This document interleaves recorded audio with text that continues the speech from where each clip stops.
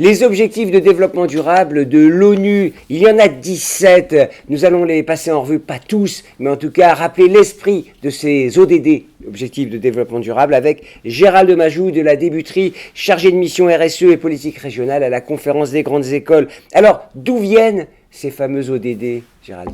Eh bien, ils viennent de l'ONU, comme tu viens de le dire, Gilbert. Donc, c'est une grande négociation internationale entre 193 pays. Qui aboutit au mois de septembre 2015 la signature de cet agenda dit Agenda 2030, qui est dans la lignée lui-même des objectifs du millénaire qui existaient précédemment.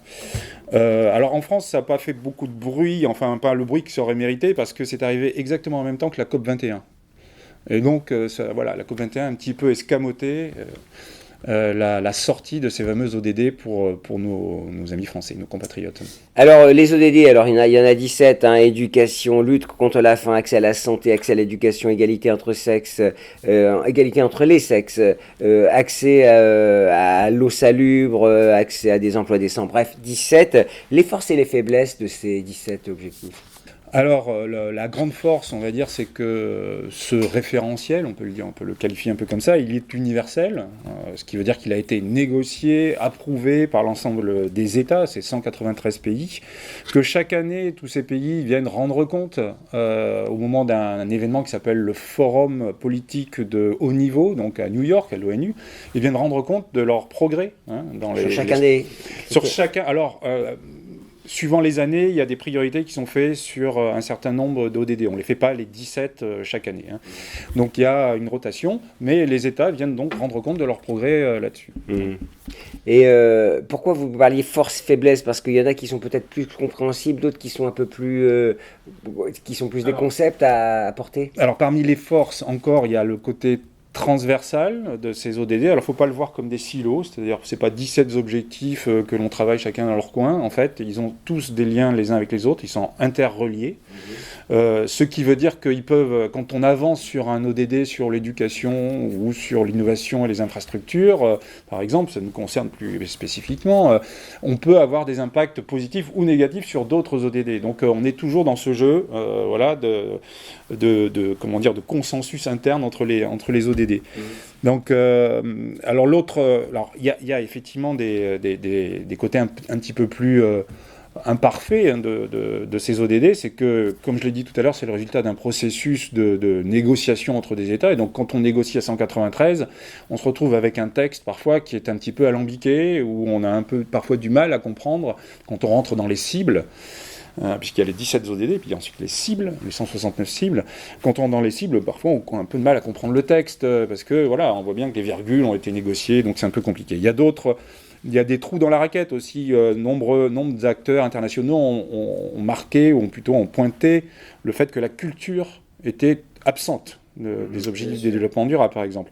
Il y a aussi un ODD, le 8, accès à des emplois décents. Voilà, et à une croissance économique. Et donc le terme croissance économique a fait pas mal de débat aussi. D'ailleurs, est-ce qu'on est là en train de prôner la croissance économique ? Oui, parce qu'on parle de frugalité et de sobriété aujourd'hui. Exactement, quand même. Exactement. Et puis un dernier point aussi qui fait aussi débat, c'est qu'on est vraiment sur une posture, comme on dit, de soutenabilité faible, c'est-à-dire on dit que tous les enjeux sont au même niveau, alors qu'il peut légitimement y avoir une hiérarchie entre ce qui relève de la biosphère, par exemple, donc l'environnement, l'économique, ou la société et l'économie.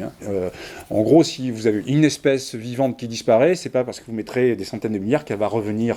Vous voyez, donc il n'y a quand même pas substituabilité entre les... On invite tout le monde à aller regarder sur Internet les 17 objectifs, parce que c'est important. Alors justement, ces 17 objectifs que vous avez évoqués et les cibles qui vont avec, comment on peut faire le lien avec l'enseignement supérieur ? Alors, il y a déjà des impacts sur l'enseignement supérieur. Par exemple, vous avez des benchmarks ou des classements. Le THE, Times Higher Education, a créé un classement qui mobilise ces fameux ODD, par exemple. Vous avez aussi des projets de recherche. Par exemple, l'ANR en France, l'Agence nationale de recherche, demande, effectivement, dans le cadre des appels à projets, que les équipes positionnent, en fonction des ODD, leurs appels à projets.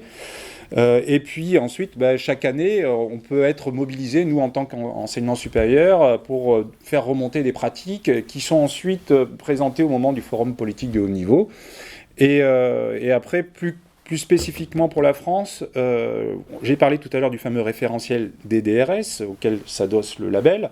Eh bien, ce référentiel, il a été aligné, on va dire, sur les ODD. Donc, on peut voir, quand on renseigne ce référentiel, potentiellement à quel type d'ODD on contribue ou pas. Voilà. Et on voit d'ailleurs que l'enseignement supérieur peut potentiellement contribuer à tous les ODD, avec une certaine priorité quand même. L'éducation. Oui, l'éducation, vous l'avez dit, Gilbert. L'égalité entre les sexes aussi, évidemment. Je l'ai dit, hein, je peux voir ma fiche hein, avec les 17 ODD, ils sont là. Hein, donc voilà. Le 9 qui s'appelle Innovation et infrastructure. Et puis aussi ceux sur la consommation responsable qui apparaissent fortement, le climat. Et puis un ODD qui est vraiment très important, qui est le 17, qui est celui de la coopération entre les objectifs, et donc qui se formalise notamment au niveau des coopérations internationales entre les établissements sur la recherche. Voilà. Et puis le 16, la justice et la paix. Voilà, la paix, c'est aussi ça. La transition écologique, aller vers plus de paix, un monde meilleur, un monde apaisé. La fin de la pauvreté. Bien sûr. Merci beaucoup Gérald. Avec vous, on y voit beaucoup plus clair. Hein. Gérald Majou de la Débuterie, chargé de mission RSE et politique régionale à la conférence des grandes écoles. Voilà, c'était un peu une leçon de choses, un petit tuto sur le 17 ODD. Merci beaucoup Gérald. Merci à vous Gilbert.